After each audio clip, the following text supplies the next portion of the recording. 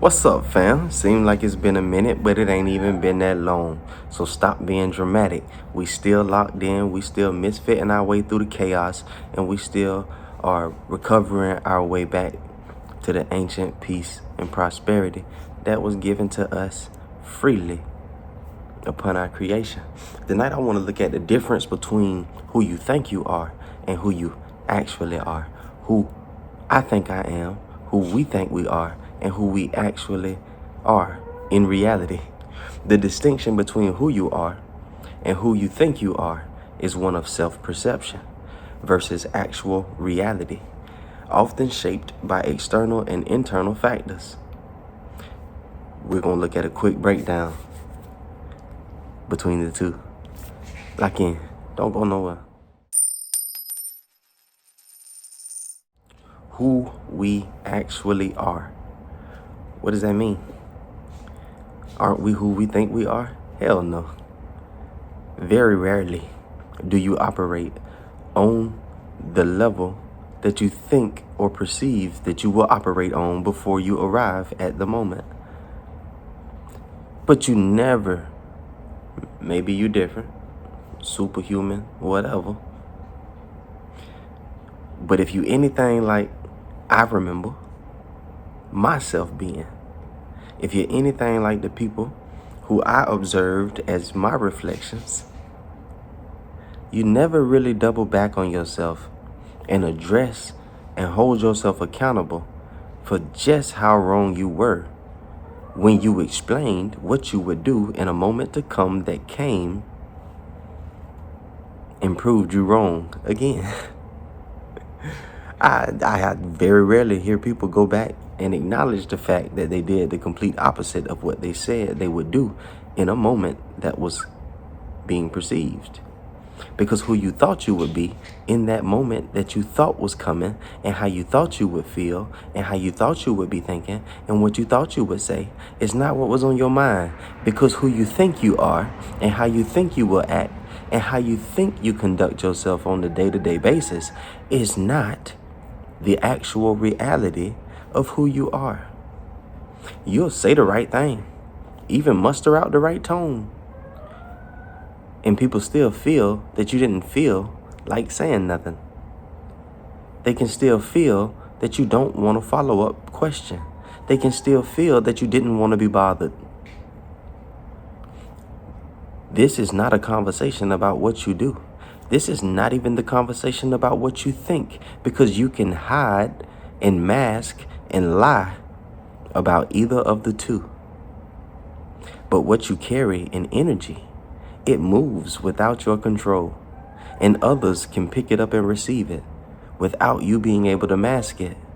And you can lie if you want to, but it really just results in you making a fool of yourself in front of someone who has already been given the knowledge from the inside out of what your presentation genuinely holds and what your motives possibly are, whether they are intentions of love or intentions of fear. I may not know your exact reason for trying to con and trick me, but I'll know that you're not being genuine. I'll feel that. You can feel that. Objective reality refers to the essence of a person. Objective reality refers to the essence of a person. The actual qualities, their actual characteristics, their realistic, factual behaviors that define someone regardless of how they perceive themselves. You have no ability to change the objective reality as it pertains to any experience or anyone or anything, all the way up to yourself. But yet, if you're anything like I remember being, and anything like the people who I observed in front of me as my reflection, you are constantly in a war within yourself, trying to change the objective reality of everything. Yourself, constantly. Your appearance, your behaviors, your characteristics, you're always under development. You should have came with a hard hat. You're always trying to change the narrative of who you've observed other people to be. Those who did not identify as your reflections, but observed as your reflection and didn't know it, and judged and condemned them to some lower tier than you were on because you didn't understand that they were your reflection, and everything that you identified as true in your judgments of them was genuinely true of yourself. And if you had attachment with this person, didn't just throw this person in the dumpster, didn't just say forget the connection, forget the relationship, forget the partnership. You went into a war within yourself where you developed strategies to try to control, manipulate, and get the other person to change who they were on the behavioral or characteristic level. Don't act like you don't know nothing about this. Stop playing. It's who we are when we are stripped away of self-concepts, self-biases, and personal narratives. You understand? Take away all the narratives that you wrote for yourself. Take away all of the biases that you have developed within yourself from all of the narratives that you have entertained from others and yourself. Take away all of the self-concepts that you have from experiences with your container throughout the illusion of time, where you were under the impression that you were learning who you were. And you do understand that if we're learning who we are, that's a complete admittance that there has been a forgotten element to our character, correct? If you're learning who you are, you must not know who you are. And if you're learning who you are, then I have to ask who your teacher is. Because if your teacher is you, then there's a new question that I must ask you. I'm asking you politely. How the hell are you teaching you and you don't know? How you gonna teach you something about you? How you gonna tell you how to change you and you don't even know what's wrong? You don't even know what the goal should be. All right. You do understand you've never gone against yourself ever, correct? I'm not talking about you judging and comparing the compromises that you entertain. I'm not talking about you thinking about the degree that you need to get the money that you desperately are seeking when you tell your friends, no, you're not going out tonight. That's not you going against yourself. You didn't want to go out with your friends and spend money that you didn't have. You probably couldn't because you didn't have the money. You wanted to continue to strive towards the money that you saw in the future that was connected to you handling your responsibilities that night. That's not you going against yourself. That's you partnering with a superior compromise. That's you partnering with a previous illusion. Stop. Objective reality includes our innate qualities, traits like temperament and predispositions that are either genetic or developed very early in life. Have you had that honest conversation with yourself about your temperaments yet? Do you know how irritable you are? Have you at least gotten honest about the fact that can't nobody tell you nothing about you? Have you grown to the point that you can accept correction? Have you grown to the point that when somebody says something to you that you didn't see in yourself, you're willing to acknowledge that there are blind spots that you carry about yourself like everybody else, and you need to take a moment to yourself with your inner teacher and assess what was said to you to see if there is a truth value to it and see if there needs to be correction applied. You're not aligning with what they said, you're aligning with truth. We're so prideful. People can tell us the right thing, and we just don't want them to know that we're aware that we were wrong and they were right. And we'll pretend like we don't want to do what they said, or we'll pretend like we know what we're doing and overlook what they said and come to a lesser outcome. rather than acknowledge the fact that somebody knew something that we didn't, rather than acknowledge the fact that somebody had tapped in and heard a whisper that we had omitted. That our actions and behaviors are a part of our objective reality, what we do, how we treat others, and how we react to situations. It's the tangible side of our existence, observable to others. People can see how you treat other people. People can see how you treat yourself. You shouldn't be so quick to follow the people that you see don't treat themselves correctly. If they're not loving them, then what are they going to do with you?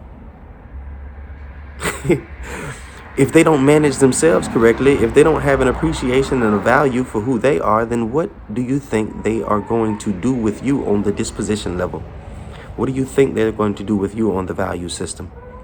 They found a way to overlook the fact that I am is in them eternally, and they came equipped with all power, and wisdom is given to them freely if they would but ask and go through the levels of obedience that are provided within the realm of eternal security and safety.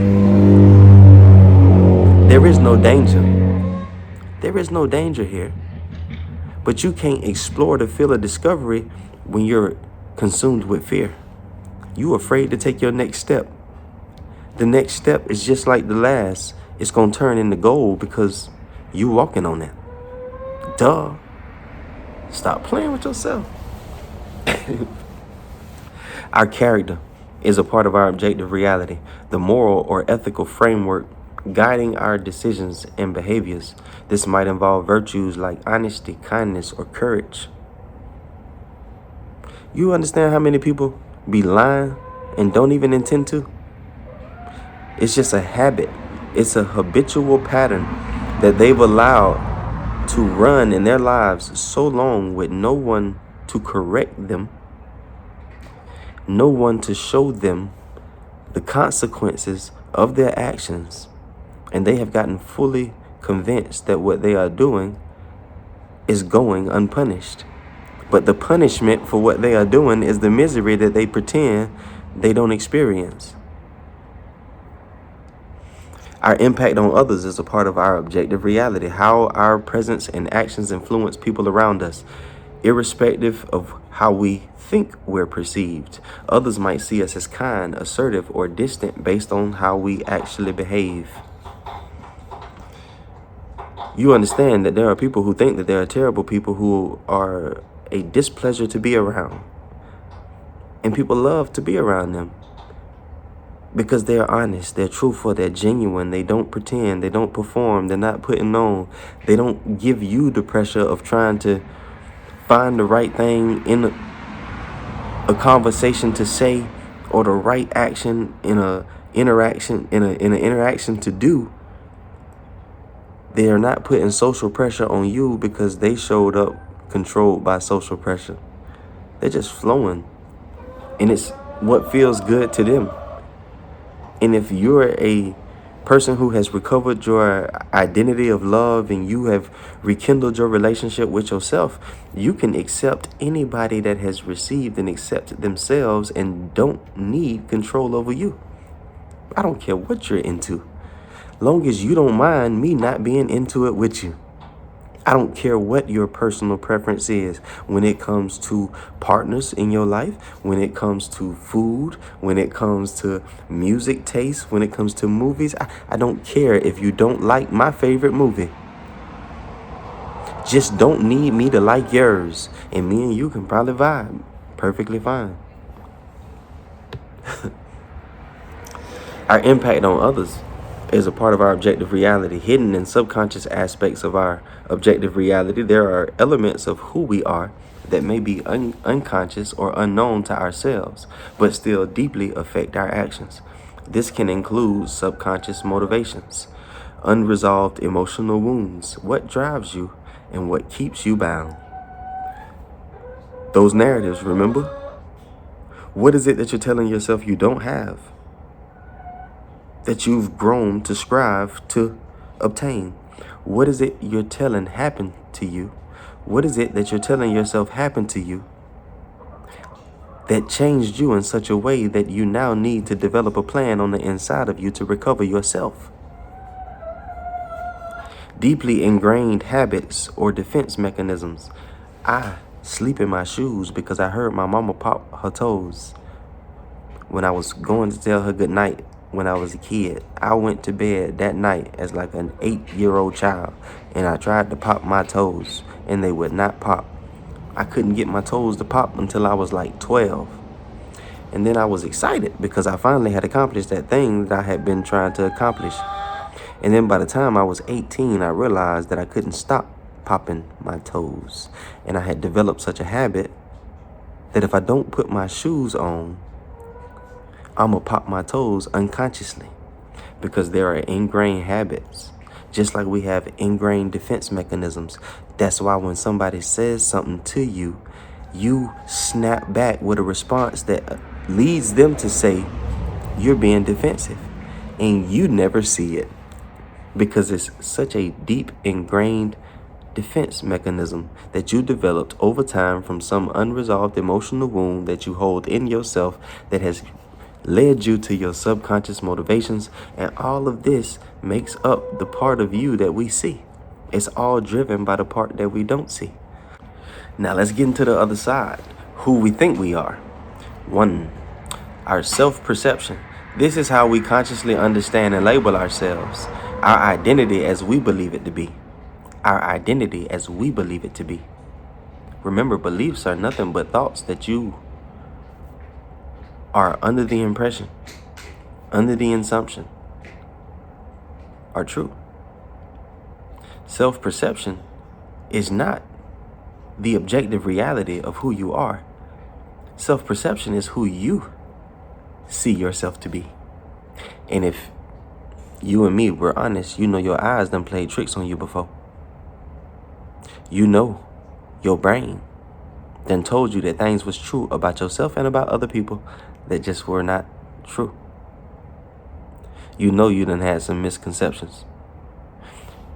Your self-perception is based on your conception of yourself. It's not stable. It's not dependable.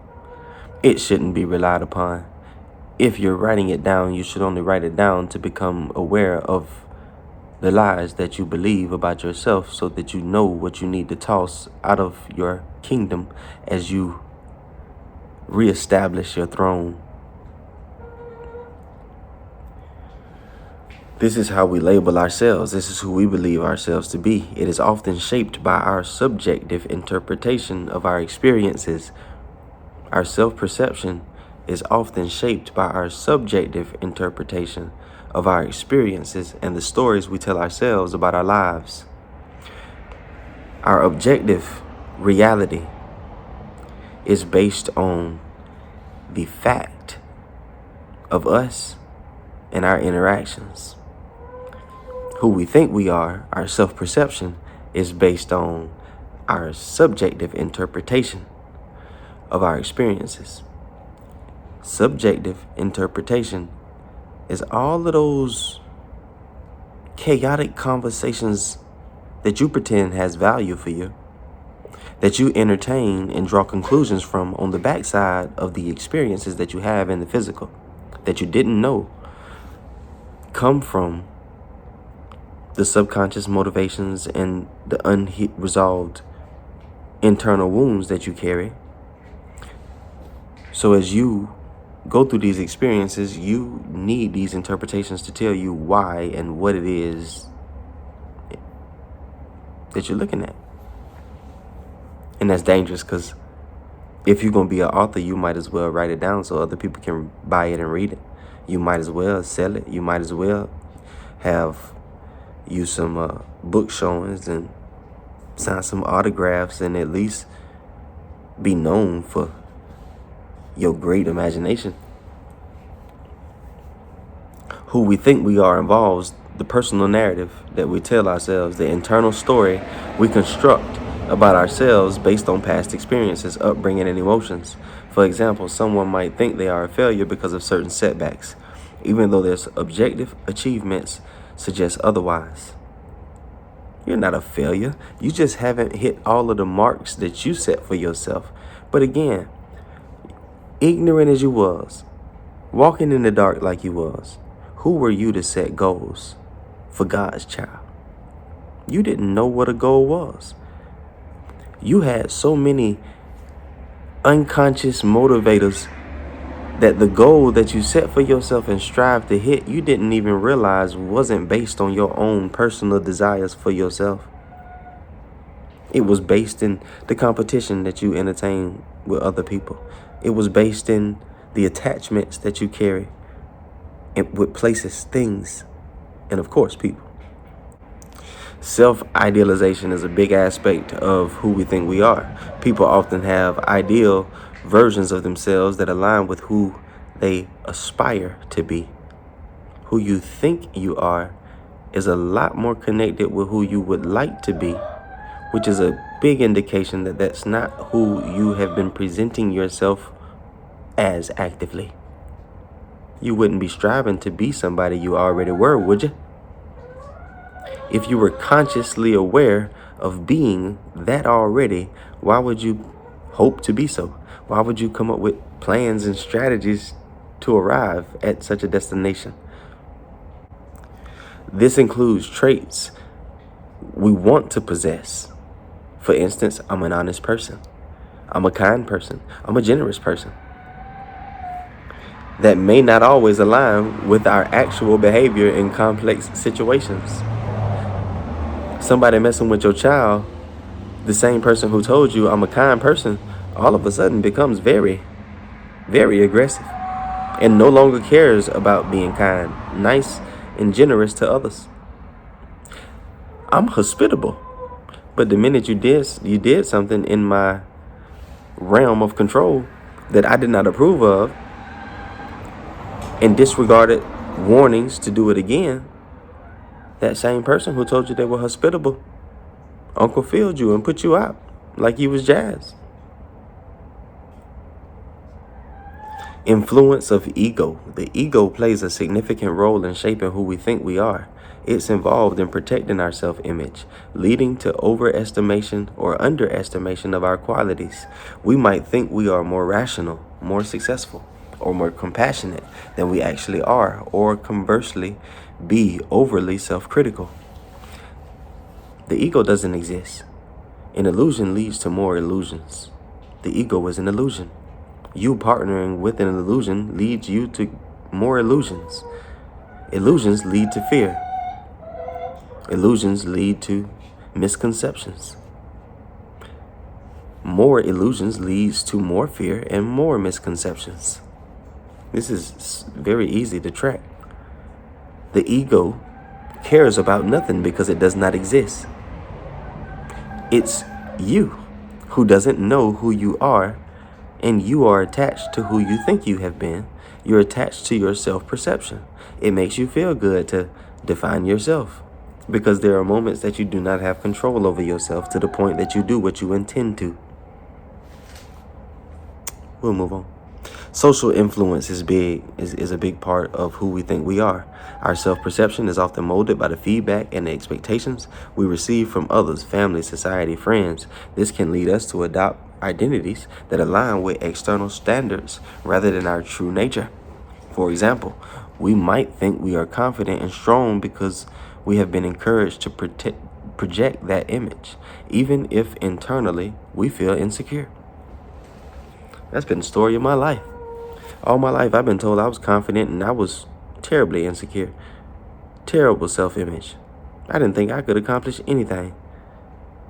And at the times that I thought I couldn't accomplish anything, all the people around me were telling me that I can do everything. But the moment that I developed the confidence to not need them to tell me that I could do anything, the same people that were telling me I could do anything told me I could do nothing at all. And then I realized that I never needed them to define who I was. They just were a reflection of the same dependency that I had on them. When I did not know how to celebrate and how to be confident in who I really was, because I didn't know, I needed their narratives. I needed their stories. I needed their definitions. I needed their conclusions. I needed their compliments. But the minute that I stood in the gap for me, now I appreciate all of those same things, but they have less value to me. I no longer need them. I no longer depend on them. They no longer run my life. You can no longer control me using those elements. So as long as what you're saying is genuinely for my good and out of love, then I will receive it in such a way that is for me, and you should be pleased. But if what you're saying and what you're doing is to control me and manipulate me and get me to do something that you wanted me to do before you initiated your action, you probably won't be satisfied with how I conduct myself on the social plane. You did. We can move on. Another huge aspect of who we think we are is subjectivity and biases. Who we think we are is highly subjective and can be distorted by various biases, confirmation biases. We seek evidence that supports our self-concept and disregard conflicting information. You're attracted to information. You're attracted to nuggets. You're attracted to the people who give you the impression that what you're telling yourself you know is correct, and you overlook those who oppose the things that you hold as true. But when you become a student, you actually seek out those who are opposing what you hold as true so that you can know for yourself what the truth actually is. I don't want to be right. I want to be right. You get what I'm saying? You get it. Cognitive dissonance. We may adjust our beliefs about who we are to avoid the discomfort of confronting actions that contradict our self-image. Cognitive dissonance is a real thing. The food that you've been eating, the processed foods, the cheese, the milk. Remember, I told you, I don't care what you eat. That's for you. But it has an effect. It does things chemically to your body. It was not naturally made. It wasn't intended for you. Emotion-driven perception is a huge part of who we think we are. Emotions deeply influence who we think we are. If we feel confident, we might perceive ourselves as competent, regardless of the reality. Conversely, during moments of insecurity, we might see ourselves as inadequate even when we possess significant strengths.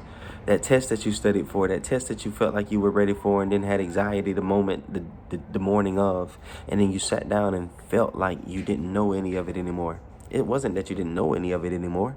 It's that you allowed the insecurity to lead you to feeling inadequate in a moment that you had significant strengths in. Just like being confident that you can jump over that fence or you can turn that flip that you never tried led you to feeling competent to attempt and end up a viral TikTok reel. It go both ways. The key differences between who we think we are and who we actually are. Reality versus perception.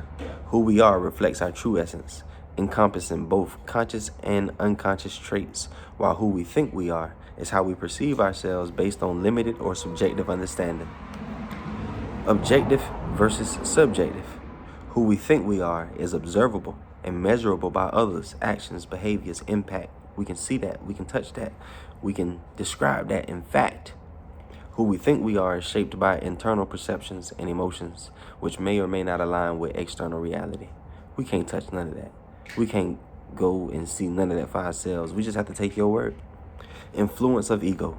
Who we think we are is often influenced by the ego, protecting and shaping our self-image based on what we want or fear. Who we are includes deeper, sometimes less comfortable truths about ourselves. Just a sophisticated way of saying stop lying to yourself. You need to see the truth of yourself so that you can make the proper adjustments so that you can get out of the illusion of who you think you are and back to your true self. Who we think we are is more fluid and can change as our perceptions shift or when we encounter new feedback or insights. Who we are, on the other hand, is more consistent, though it can evolve with profound life experiences. Who you think you are changes not only every day, but second by second, emotion by emotion, situational. It was a situation where I didn't have an identity to stand on, so I allowed what took place in a moment to lead me into what I needed to react and do. I ain't no follower.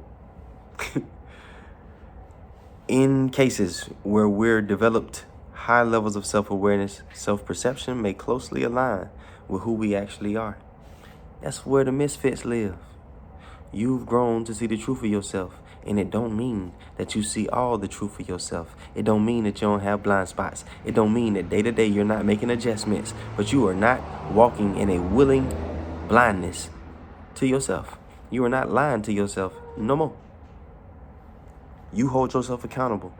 This is usually the result of deep introspection, experiences, and maturity all together. Deep introspection alone is not enough. You have to go through the experiences.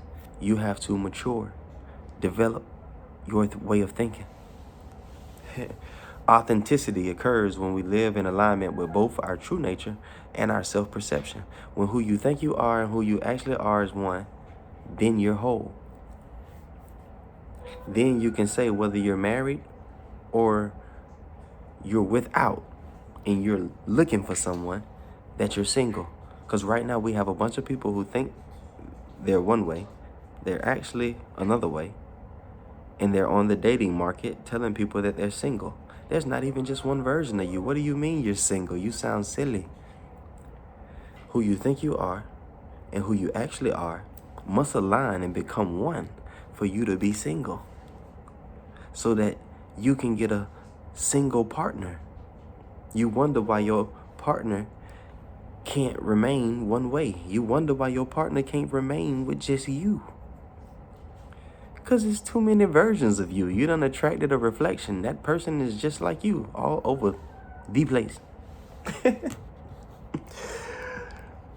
Why the gap exists. Fear and insecurity. There's a gap between who we think we are and who we actually are. And we're asking ourselves in this moment as we close this conversation, why the gap exists. Fear and insecurity is one of the main reasons. Sometimes we fear acknowledging aspects of ourselves that are less flattering or that contradict our desired self-image. This causes a gap between who we are and who we think we are. You've been afraid of people who aren't even interested in your story or your performance finding out that you're not as good as you said you were in moments that they weren't even listening to you. I wish I can repeat that back, but just double tap the screen and play that back, because that's so true about you and me. I won't leave myself out. Societal conditioning plays a huge factor in why the gap exists. External forces such as societal norms or cultural expectations shape who we think we are, what other people are doing around us, what other people are telling us that we should be doing too, what social media is putting in front of our face with the algorithm. These can lead us to suppress or deny parts of ourselves that don't align with those expectations. Told you, you want to be cool, you want to be accepted. You won't tell them people who. Why spend your entire life avoiding a coffin to allow people to put you in a box? Why spend your entire life avoiding a coffin, dodging a coffin, waking up, looking for every danger or being moved and motivated by every fret and worry on the inside of yourself, really consumed with the idea of being in a coffin, a box, just to let people put you in a box while you breathe and pretend you're not in a box. Lack of self-awareness is the last reason for why the gap exists that we'll discuss tonight. Definitely not the last reason that exists. Some people don't take the time for reflection or are unaware of unconscious patterns that drive their behaviors, and this leads to distorted senses of self. Some of these people really don't know. And you got to stop judging these people for not knowing, because there's so many aspects of yourself in your presentation that you are blind to. If you got a person who's blind in front of you, remember everybody in front of you is a reflection, so that just is an indication of your blindness. Don't get caught up with their scales. Remove your own. Deal with what you can control.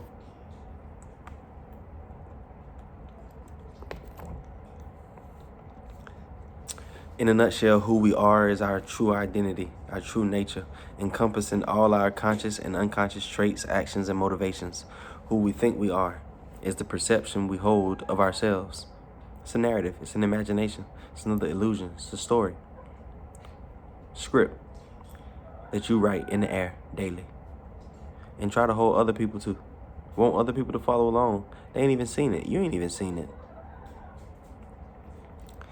Rehearse it one time and you'll see just how stupid and sloppy the performance is, and hopefully get off stage.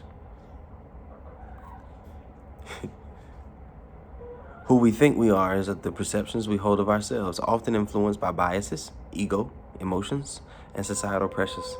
Bridging the gap between the two requires deep self-reflection, honesty, and a willingness to embrace both our strengths and weaknesses. Know thyself, king. Know thyself, queen. Lock in. Misfit.